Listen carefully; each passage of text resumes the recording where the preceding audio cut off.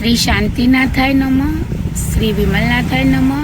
પરમ પૂજ્ય પન્યાસ શ્રી ચંદ્રશેખર વિજયજી મહારાજ સાહેબના ચરણોમાં કોટી કોટી વંદના.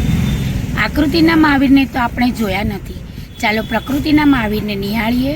પ્રકૃતિના મહાવીર એટલે પૂજ્ય ગુરુમાં. મુંબઈના અતિ ધનાઢ્ય પરિવારમાંથી 18 વર્ષની યૌવન વયે દીક્ષિત થઈ લગાતાર 14-15 વર્ષ જગતથી જ ખોવાઈ જઈ જાતમાં વસી ગયા.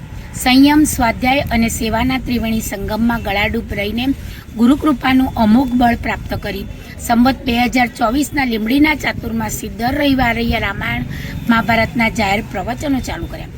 10-12 હજારની જૈન અજૈન મેદિનીને વગર માઇક બુલંદ અવાજે પ્રાણ પ્યારી ભારતીય સંસ્કૃતિનો સંદેશો આપી લાખો લોકોના જીવન સદાચારના માર્ગે વાળ્યા.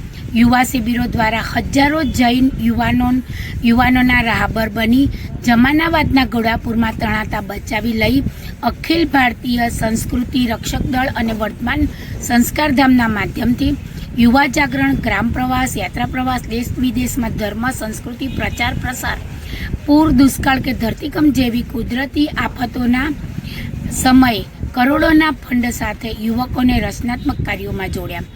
મુખ્યમંત્રી શ્રી ચીમનભાઈ પટેલના સમયમાં ગૌવંશ હત્યા પ્રતિબંધ બિલ પસાર કરાવી તેમજ નવા ઊભા થતા 54,000 કતલખાના બંધ રખાવી લાખો પશુઓને બચાવ્યા. ગરીબો માટે ઠેર ઠેર મહાવીર અન્નક્ષેત્રો ઊભા કરાવ્યા.